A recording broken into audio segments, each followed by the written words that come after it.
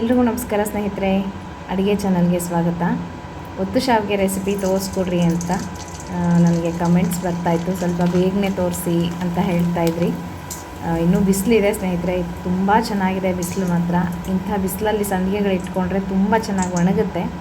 ಮತ್ತು ಒಂದು ವರ್ಷದ ತನಕನೂ ನಾವು ಆರಾಮಾಗಿ ಇಟ್ಕೊಂಡು ಯಾವಾಗ ಬೇಕೋ ಆವಾಗ ಸಂಡಿಗೆಗಳನ್ನು ಕರ್ಕೊಂಡು ಎಣ್ಣೆಯಲ್ಲಿ ತಿನ್ಬೋದು. ತುಂಬ ರುಚಿಯಾಗಿರುತ್ತೆ. ನೋಡಿರಿ ಎಷ್ಟು ಚೆನ್ನಾಗಾಗಿದೆ ಅಂತ. ಒತ್ತು ಶಾವಿಗೆ ನಿಮಗೆ ಗುಲಾಬಿ ಸಂಡಿಗೆ ರೆಸಿಪಿ ತೋರಿಸಿದ್ನಲ್ಲ, ಅದೇ ಥರನೇ ಇದನ್ನು ಮಾಡ್ಕೊಳ್ಳೋದು.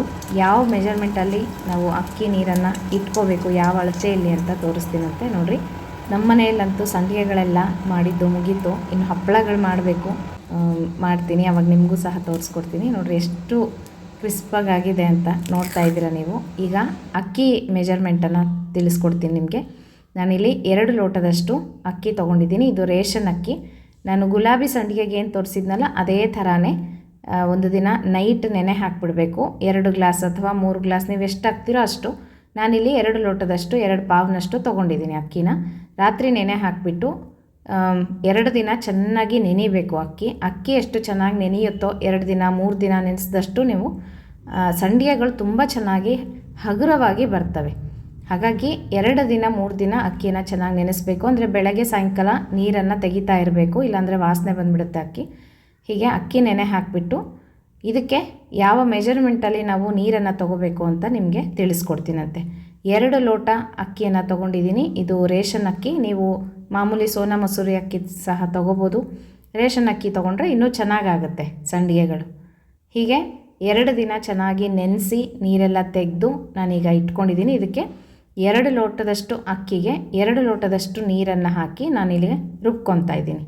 ಫಸ್ಟು ರುಬ್ಬಲಿಕ್ಕೆ ಅಳತೆಯಲ್ಲಿ ನೀರನ್ನು ತೊಗೋಬೇಕು. ಆಮೇಲೆ ಮತ್ತೆ ಹಿಟ್ಟು ಮಾಡ್ಕೊಂಡ್ಮೇಲೆ ಹಿಟ್ಟು ಕುದಿಸ್ಕೊಳ್ಳೋದಕ್ಕೆ ಮತ್ತೆ ಬೇರೆ ನೀರನ್ನು ಹಾಕ್ಕೋಬೇಕು. ಈಗ 2 ಲೋಟದಷ್ಟು ಅಕ್ಕಿಗೆ 2 ಲೋಟ ನೀರು ಹಾಕಿಬಿಟ್ಟು ಹೀಗೆ ಹಿಟ್ಟು ಮಾಡಿ ಇಟ್ಕೋಬೇಕು.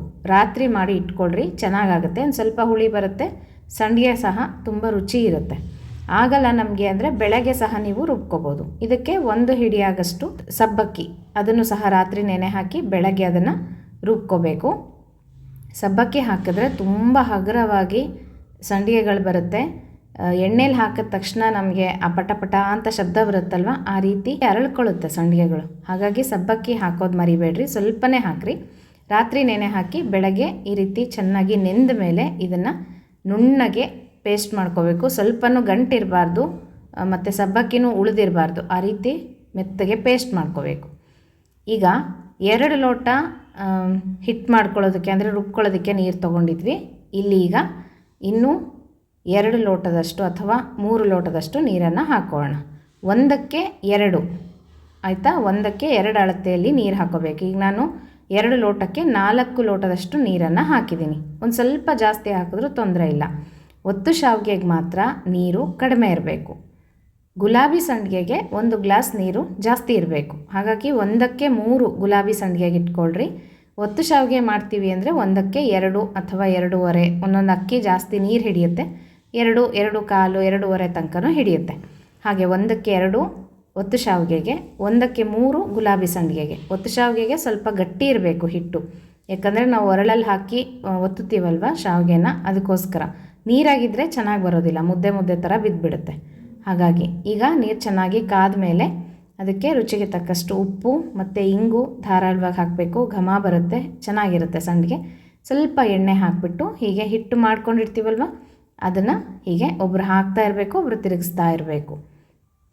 ಅಕ್ಕಿ ಹಿಟ್ಟಲ್ಲೂ ಸಹ ಮಾಡ್ತಾರೆ, ಇಷ್ಟು ಹಗುರವಾಗಿ ಬರೋಲ್ಲ ಸ್ನೇಹಿತರೆ. ಅಕ್ಕಿಯನ್ನು ನೆನೆಸಿ ರುಬ್ಬಿ ಮಾಡೋದೇನೆ ತುಂಬ ಚೆನ್ನಾಗಿ ಬರುತ್ತೆ. ಇದು ಹಳೆ ಕಾಲದಿಂದನೂ ಇದೇ ರೀತಿ ಅಜ್ಜಿ ಅಂದರು ಹೀಗೆ ಮಾಡ್ತಾಯಿದ್ರು. ಹಾಗಾಗಿ ತುಂಬ ಚೆನ್ನಾಗಿರುತ್ತೆ. ನೋಡಿರಿ, ಈ ರೀತಿಯಾಗಿ ಮಾಡ್ಕೋಬೇಕು ಹಿಟ್ಟನ್ನು. ನೋಡ್ತಾ ಇದ್ದೀರಲ್ಲ, ಇಷ್ಟು ಗಟ್ಟಿಯಾಗಿ ಇರಬೇಕು. ಅದು ಹೇಗೆ ಅಂದರೆ ನಾವು ಮುದ್ದೆ ಮಾಡ್ತೀವಲ್ವ, ಅದೇ ಥರ. ಈಗ ನಾವು ಕೈಗೆ ನೀರು ಹಚ್ಕೊಂಡು ನೋಡಿದ್ರೆ ಒಂದು ಉಂಡೆ ಥರ ಆಗಬೇಕು. ನಾವು ಹೇಗೆ ಚಕ್ಲಿ ಪಾವಲ್ಲಿ ಹಾಕ್ತೀವಲ್ಲ ಆ ಥರ ಕೈಗೆ ಬರಬೇಕು. ಅದು ಆ ಥರ ಮಾಡಿಕೊಂಡು ಈ ರೀತಿಯಾಗಿ ಚಕ್ಲಿ ಪಾವ್ಗೆ ಹಾಕ್ಕೊಂಡ್ಬಿಟ್ಟು ಒತ್ಕೊಳ್ಳೋದು ಅಷ್ಟೇ. ಸಣ್ಣದಾದ ಹೋಲಿಂದು ಬರುತ್ತಲ್ವ, ಶಾವಿಗೆ ಥರ ಇರುತ್ತಲ್ಲ ಒತ್ತು ಶಾವಿಗೆ, ಅದನ್ನು ಹಾಕ್ಕೊಂಡು ಬಿಲ್ಲೆಯನ್ನು ಹೀಗೆ ಸ್ವಲ್ಪ ಬಿಸಿ ಬಿಸಿ ಇರಲಿಕ್ಕೇ ಇಟ್ಬಿಡಬೇಕು. ಸ್ವಲ್ಪ ಆರಿಬಿಡ್ತು ತಣ್ಣಗಾಯಿತು ಹಿಟ್ಟು ಅಂದರೆ ಗಂಟಾಗ್ಬಿಡುತ್ತೆ. ಶಾವಿಗೆ ನಮಗೆ ನೀಟಾಗಿ ಒತ್ಕೊಳ್ಳೋದಕ್ಕೆ ಬರೋದಿಲ್ಲ. ನೋಡಿರಿ ಈ ರೀತಿ ಹೀಗೆ ಎಲ್ಲ ಸಂಡಿಗೆಗಳನ್ನು ಇಟ್ಕೊಂಡ್ಬಿಟ್ರೆ ಒತ್ತು ಶಾವಿಗೆ ಸಂಡಿಗೆ ರೆಡಿ ಆಗುತ್ತೆ. ನಾನು ಈ ಸಲ ತುಂಬ ಜಾಸ್ತಿ ಮಾಡಲಿಲ್ಲ ಸ್ನೇಹಿತರೆ, ಯಾಕಂದರೆ ಹೋದ ವರ್ಷದ್ದು ತುಂಬ ಇದೆ ಒತ್ತು ಶಾವಿಗೆ. ಮತ್ತು ಈ ವರ್ಷ ಅದಕ್ಕೆ ಸ್ವಲ್ಪನೇ ಮಾಡ್ಕೊಂಡಿದ್ದೀನಿ. 2 ಪಾವ್ನಷ್ಟು ಮಾತ್ರ ನಾನು ಇಟ್ಟಿದ್ದೆ. ಅಷ್ಟಕ್ಕೇ ಸುಮಾರಾಗಿ ಒಂದು ಡಬ್ಬ ತುಂಬ ಆಗಿದೆ. ಚಿಕ್ಕ ಚಿಕ್ಕದಾಗಿ ಇಟ್ಕೊಂಡ್ರೆ ಜಾಸ್ತಿ ಆಗುತ್ತೆ. ನಾನಿಲ್ಲಿ ಸ್ವಲ್ಪ ದೊಡ್ಡದಾಗಿನೇ ಇಡ್ತಾಯಿದ್ದೀನಿ. ಒಂದೇ ಕಡೆ ಮುದ್ದೆ ಮಾಡಿ ಇಡಬಾರ್ದು. ಈ ರೀತಿ ಚಕ್ಲಿ ಮಾಡ್ತೀವಲ್ವ ನಾವು, ಆ ರೀತಿ ತಿರುಗಿಸ್ಬೇಕು ಹೀಗೆ. ಆವಾಗ ಸ್ವಲ್ಪ ದೊಡ್ಡದಾಗಿ ಬರುತ್ತೆ. ನಾವು ಎಣ್ಣೆಗೆ ಹಾಕಿದ ತಕ್ಷಣ ಎಷ್ಟು ಚೆನ್ನಾಗಿ ಅರಳ್ಕೊಳ್ಳುತ್ತೆ ಅಂತೀರಾ, ತುಂಬ ಚೆನ್ನಾಗಾಗುತ್ತೆ. ಸಣ್ಣ ಸಣ್ಣದಾಗಿ ಇಟ್ಬಿಟ್ರೆ ಅದು ಒಂದೇ ಕಡೆ ಮುದ್ದೆ ಥರ ಆಗಿಬಿಡುತ್ತೆ. ಒಂದೊಂದು ಸಲ ಬೇಗ ಒಣಗೋದಿಲ್ಲ. ನೋಡಿರಿ ಇಷ್ಟು ಒತ್ತು ಶಾವಿಗೆ ಸಂಡಿಗೆಯನ್ನು ಇಟ್ಟಿದ್ವಿ. ತುಂಬ ಚೆನ್ನಾಗಾಗಿತ್ತು. ಹಿಟ್ಟು ಮಾತ್ರ ಚೆನ್ನಾಗಿ ಮಾಡ್ಕೋಬೇಕು ಸ್ನೇಹಿತರೆ, ಅದೇ ಇರೋದು ಮೇಯ್ನು. ಹಾಗಾಗಿ ಈ ರೀತಿ ಅಕ್ಕಿ ನೆನೆಸಿ ರುಬ್ಬಿ ಮಾಡಿರಿ, ತುಂಬ ಚೆನ್ನಾಗಿ ಬರುತ್ತೆ. ಸಂಡಿಗೆಗಳು ಮಾತ್ರ ತುಂಬ ಚೆನ್ನಾಗಾಗುತ್ತೆ. ದಿನ ಪೂರ್ತಿ ಒಳ್ಳೆ ಬಿಸಿಲಲ್ಲಿ ಈ ರೀತಿ ಹಾಕಿ ನೆಕ್ಸ್ಟ್ ಡೇಗೆ ಆ ಕವರ್ ಮೇಲೆ ಹಾಕಿರ್ತೀವಲ್ವ, ಅದಾಗದೇನೆ ಎದ್ದು ಬಂದುಬಿಡುತ್ತೆ. ಹೀಗೆ ತಿರುಗಿಸ್ಬಿಟ್ಟು ಒಂದು ತಟ್ಟೆಯಲ್ಲಿ ಇಟ್ಟು ನಾವು ಮತ್ತೆ 2-3 ದಿನ ಒಣಗಿಸ್ಕೊಳ್ಳೋದು. ಚೆನ್ನಾಗಿ ಒಣಗಿಸ್ಕೋಬೇಕು, ಸ್ವಲ್ಪನೂ ಹಸಿ ಇರಬಾರ್ದು. ಆ ರೀತಿ ಹೀಗೆ ನೋಡಿರಿ ಕಾಣಿಸ್ತಾ ಇದೆಯಲ್ಲ, ಹೀಗೆ ಚೆನ್ನಾಗಿ ಒಣಗಿಸ್ಕೊಂಡು ನೋಡಿರಿ ಕರೆದಿದ್ದೀನಿ ನಾನು ಮೊನ್ನೆ. ತುಂಬ ಚೆನ್ನಾಗಾಯಿತು. ಸ್ವಲ್ಪ ಕೆಂಪಾಯಿತು, ಯಾಕೆ ಅಂದರೆ ತುಂಬ ಬಿಸಿಲು ತಾಗಿದ್ರೂ ಸಹ ಕೆಂಪಾಗುತ್ತೆ ಸಂಡಿಗೆಗಳು. ಹಾಗಾಗಿ ತುಂಬ ಬಿಸಿಲಿಗೆ ಇಡೋದಕ್ಕೆ ಹೋಗಬೇಡ್ರಿ. ಚೆನ್ನಾಗಿ ಒಣಗಿದೆ ಅಂದರೆ ಸಾಕು. 2 ದಿನ ಅಥವಾ 3 ದಿನ ಒಣಗಿಸ್ಕೊಂಡ್ರೆ ಸಾಕಾಗುತ್ತೆ. ಸ್ವಲ್ಪ 1-2 ದಿನ ತೆಗೆದು ಗಾಳಿಗೆ ಇಟ್ಕೊಂಡು ಮಾಮೂಲಿ ಟೆಂಪ್ರೇಚರ್ಗೆ ಬಂದರೆ ಆಗ ಸರಿ ಹೋಗುತ್ತೆ. ಸ್ವಲ್ಪ ಬಿಸಿಲಲ್ಲಿ ತಂದ ತಕ್ಷಣ ನಾನು ಕರೆದಿದ್ದು, ಹಾಗಾಗಿ ಸ್ವಲ್ಪ ಕೆಂಪಾಗಿದೆ ಅಷ್ಟೇ. ನೀವು ಎಲ್ಲರೂ ಇದೇ ರೀತಿಯಾಗಿ ಇದೇ ಮೆಥಡಲ್ಲಿ ಒತ್ತು ಶಾವಿಗೆ ಸಂಡಿಗೆಯನ್ನು ಮಾಡ್ಕೊಳ್ರಿ, ತುಂಬ ಚೆನ್ನಾಗಾಗುತ್ತೆ. ನಾವೀಗ ಏನಾದರೂ ಹುಳಿ ಮಾಡ್ಕೊಂಡಾಗ, ತೊವ್ವೆ ಮಾಡ್ಕೊಂಡಾಗಂತೂ ಒಳ್ಳೆ ಸೈಡ್ಸ್ಗೆ ತಿನ್ನಲಿಕ್ಕೆ ಚೆನ್ನಾಗಿರುತ್ತೆ. ನೀವು ಸಹ ಟ್ರೈ ಮಾಡಿರಿ ಸ್ನೇಹಿತರೆ. ಬಿಸಿಲು ಮಾತ್ರ ತುಂಬ ಚೆನ್ನಾಗಿದೆ. ಈ ಒಂದು ಬಿಸಿಲಲ್ಲಿ ಸಂಡಿಗೆಗಳು ತುಂಬ ಚೆನ್ನಾಗಿ ಒಣಗಿಕೊಳ್ಳುತ್ತೆ. ಹಾಗಾಗಿ ನೀವು ಮಾಡ್ಕೊಳ್ರಿ ಬೇಗನೆ ಅಂತ ಹೇಳ್ತಾ ಮತ್ತೆ ಸಿಗ್ತೀನಿ. ನಮಸ್ಕಾರ.